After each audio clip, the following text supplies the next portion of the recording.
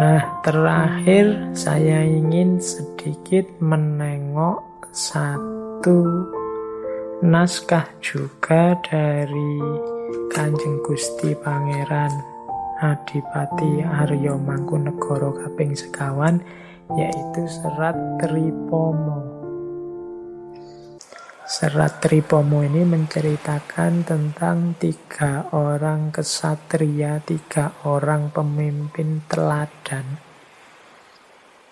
yang kalau mau ditelusuri sebenarnya yang disebut ideal dan teladan itu bukan berarti tidak punya kelemahan, tapi dia punya keutamaan sikap sebagai seorang pemimpin yang bisa ditiru.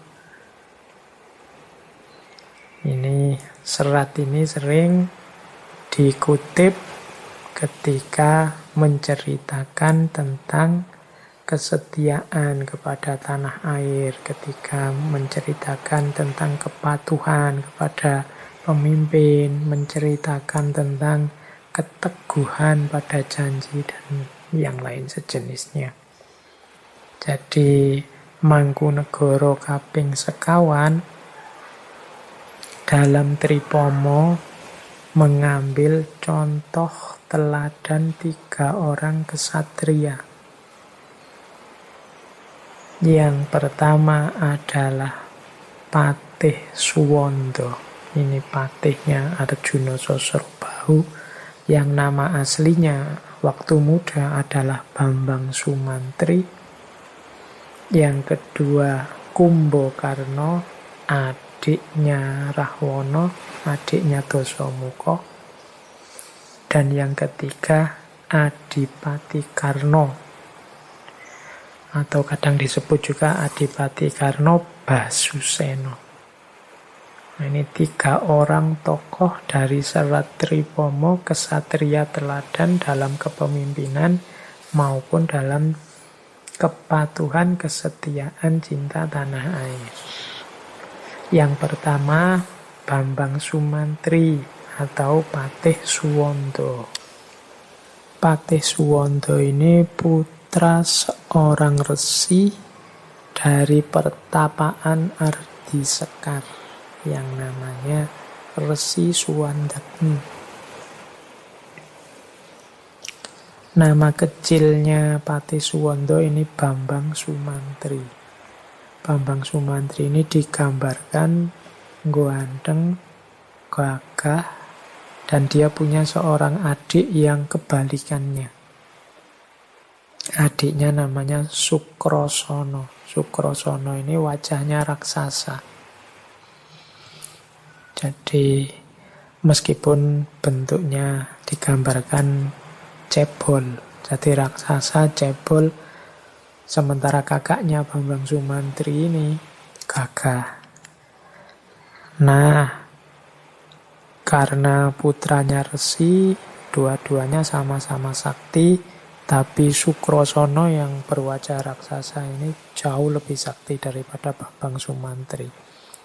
Nanti Bambang Sumantri ini mengabdi pada Prabu Arjuna Sosrobahu, raja yang juga sakti. Waktu melamar jadi prajurit di kerajaannya Prabu Arjuna Sosrobahu ini, adiknya yang raksasa ini ditinggal. Nah, oleh Prabu Arjuna Sosrobahu, Bambang Sumantri diuji, diberi tugas untuk melamarkan seorang putri. Jadi zaman itu kan biasa kalau ada anaknya raja mau nikah, ada sayembara melamar. Yang melamar terus saling bertarung, siapa yang menang dia yang dapat putri. Nah, Bambang Sumantri dikasih tugas itu. Nama putrinya Dewi Citrawati. Nah, akhirnya ya karena sakti, Bambang Sumantri ini bisa mendapatkan Dewi Citrawati. Sekaligus nanti dapat selirnya sebanyak 800 orang. Ceritanya begitu. Nah, ada cerita waktu Bambang Sumantri ini dapat putri dan sekaligus selir, dia ini merasa, wah ini harusnya putri yang cantik dan selir-selir ini ya, harusnya aku yang memperistri, aku yang dapat, wong aku yang berjuang. Aku kan sakti bisa mengalahkan semuanya. Nah, karena pamrih inilah nanti waktu dia menghadap Prabu Arjuna Sosrobahu, dia terus menantang perang. Tapi begitu ditantang perang dan bertarung, Bambang Sumantri ini kalah. Kalah sakti sama Prabu Arjuna Sosrobahu. Karena dia melakukan sedikit kesalahan tadi, membantah rajanya, bahkan ingin memiliki permaisurinya, dia dihukum untuk memindahkan sebuah taman, namanya Taman Sriwedari, dari atas gunung untuk dibawa ke bawah ke istana. Wah, mau ndak mau Bambang Sumantri harus menyanggupi. Tapi dia bingung. Gimana caranya membawa taman dari atas gunung diangkat ke kerajaan, diangkat ke keraton. Nah, saat Bambang Sumantri ini bingung, datanglah adiknya Sukrosono. Sukrosono yang sangat cinta pada kakaknya, pas ditinggal kakaknya dia mencari-cari. Begitu ketemu kakaknya yang sedang kebingungan, akhirnya Sukrosono mau membantu karena Sukrosono ini jauh lebih sakti dari kakaknya. Asalkan dia diperbolehkan ikut Bambang Sumantri.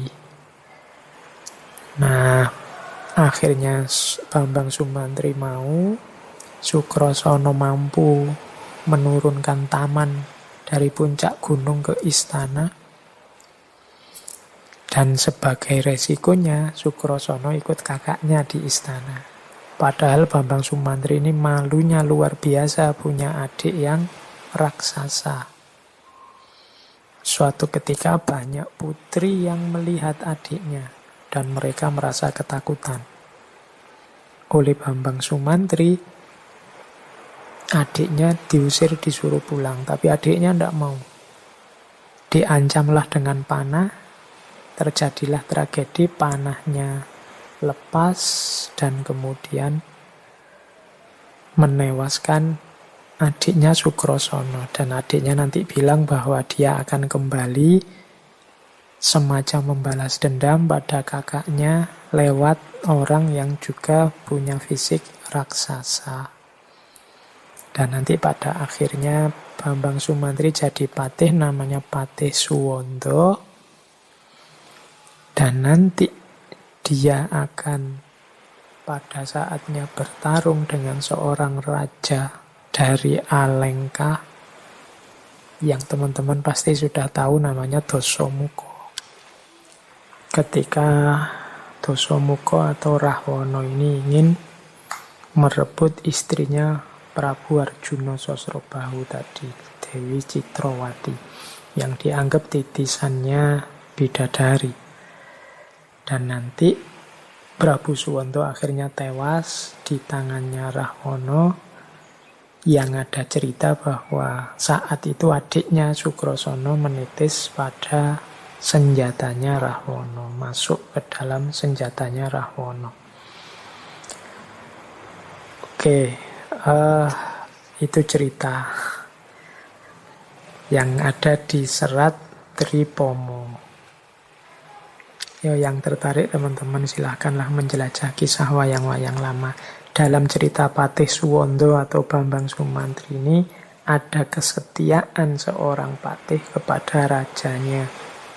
Kalau dalam serat Tripomo, cirinya Patih Suwondo itu ada 3, yaitu Guna, Kaya, dan Purun. Pemimpin yang baik, kesatria yang baik harus punya guna, punya kaya, punya purun. Guna itu, ya kalau letter luck namanya manfaat. Dia punya keterampilan, dia punya kesaktian, dia punya kemampuan.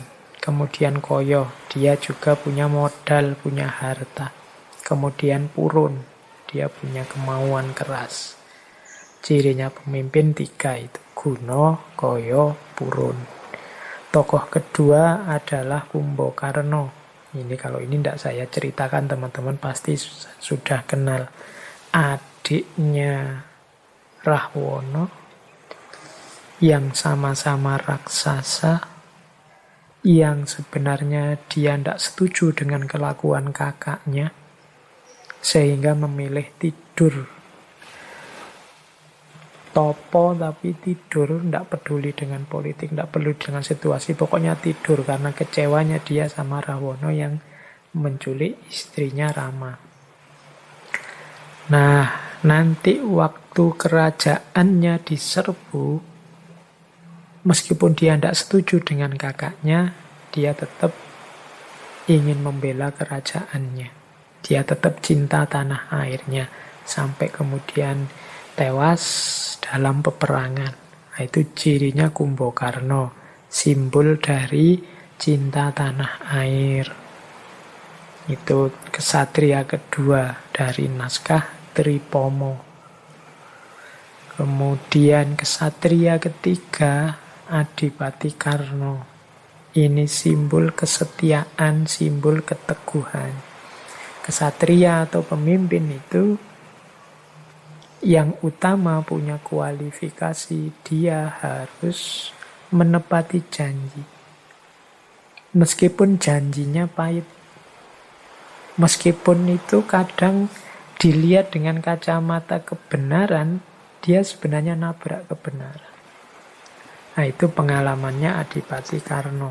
Adipati Karna ini harusnya anak sulungnya Dewi Gandari.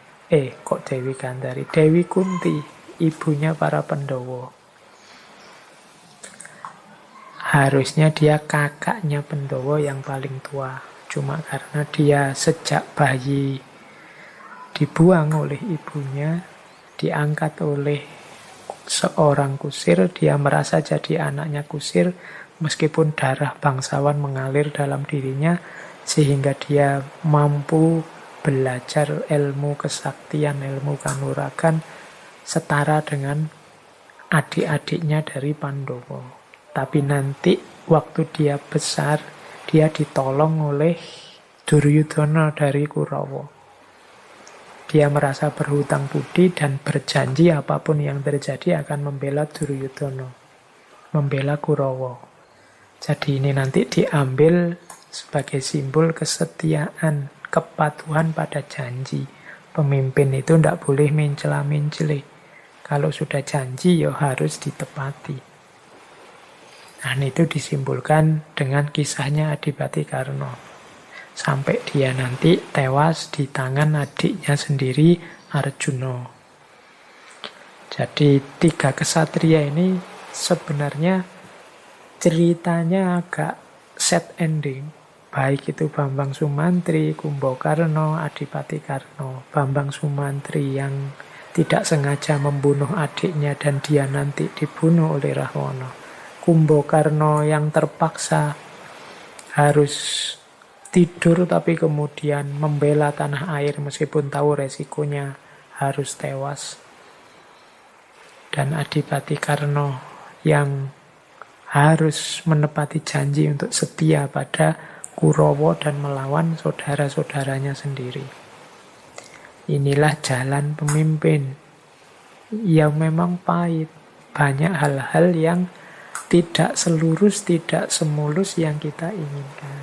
Hidup ini tidak selalu seperti yang kita bayangkan. Kesulitan-kesulitan, kemudian jalan ceritanya tidak selalu pas seperti bayangan, tapi tetap seorang kesatria, seorang pemimpin akan dianggap utama kalau dia menetapi jalan keutamaan. Seperti Adipati Karna tadi, ya dia tetap dikenal sebagai seorang kesatria yang setia dan menepati janji. Atau Kumbakarna, meskipun perang di pihak kakaknya yang angkara murka, dia tetap dianggap tokoh yang utama karena cintanya pada tanah air. Atau Bambang Sumantri yang patuh pada rajanya, patuh pada pemimpinnya, meskipun mengorbankan banyak hal.